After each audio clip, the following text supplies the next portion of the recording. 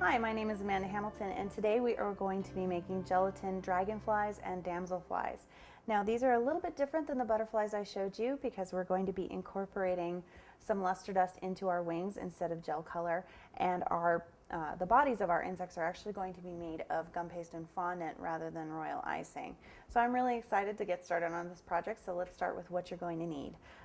First thing you're going to need are some flower formers. And I have two different sizes here. One is a larger, more shallow size, and the other is a much smaller, more steep, has a steeper side.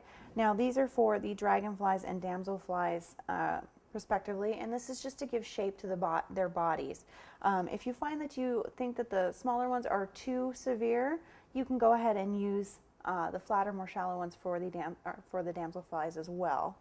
We also have a small fan, and this is just to speed up our drying process, so it's absolutely not necessary if you don't have one.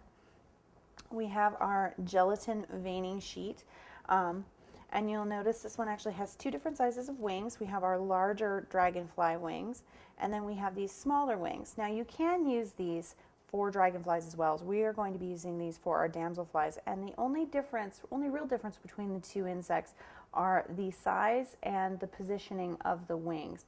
The body shape is a little different too, and we'll go over all of that when we start putting them together.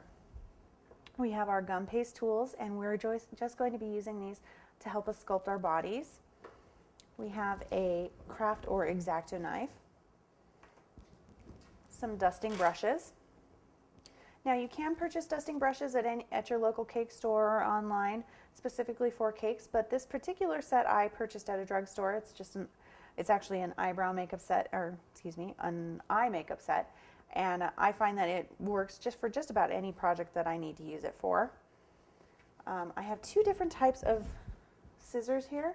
The first is actually a pair of cuticle scissors. You'll notice that it has a slight curve, and I find that these are really, really useful when I'm